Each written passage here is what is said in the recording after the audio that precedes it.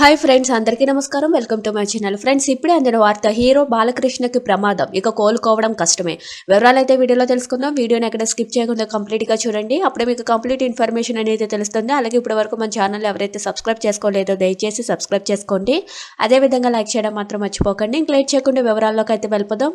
తెలంగాణలో రేవంత్ రెడ్డి సర్కార్ Telugu cine industry ప్రముఖులను target చేశారా?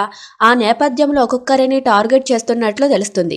ఇప్పటికే నాగార్జునకు సంబంధించి ఎన్ కన్వెన్షన్ను చెరువు FTL పరిధిలో కట్టినందుకు ఆ మేరకు ఎన్ కన్వెన్షన్ను రాత్రికి రాత్రే బుల్డోజర్తో కోలగుట్టించారు. అయితే రేవంత్ రెడ్డి ప్రభుత్వం మాత్రం అస్మదీయులకు ఒకలాగా తస్మదీయులకు మరోలా అన్నట్టు ఆయన ప్రవర్తిస్తున్న తీరు చూస్తుంటే తెలుస్తుంది.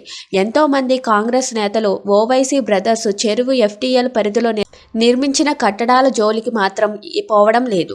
ఎందుకని సోషల్ మీడియా నివేదిక ప్రజలు ప్రశ్నలు గుప్పిస్తున్నారు.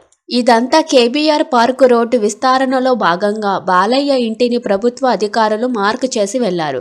ఆయనతో పాటు కాంగ్రెస్ సీనియర్ నేత జానారెడ్డి ఇంటితో పాటు అల్లు అర్జున్ మామ K చంద్రశేఖర్ రెడ్డి, ప్రముఖ మీడియా హౌస్ యాజమాన్యుల ఇళ్లతో పాటు పలువురు ఇండస్ట్రియలిస్ట్ ఇళ్లు ఉన్నాయి.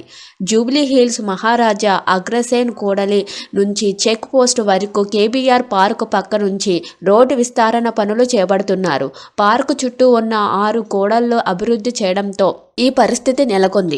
ఏది ఏమైనా ఈ పనులను ముందుకు తీసుకెళ్లడంపై రాష్ట్ర ప్రభుత్వం పట్టుదలగా ఉందంటున్నారు.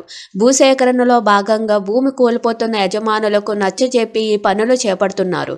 KBR పార్కులోని ముందుగా పిల్లర్స్ వేద్దామనుకున్నా అది ఎక్కువ సెన్సిటివ్ జోన్ కావడంతో చాలా మంది పర్యావరణవేత్తలు కోర్టును ఆశ్రయించడంతో ఆ project అటకెక్కింది.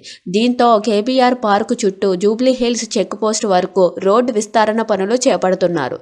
Thank you for watching this video.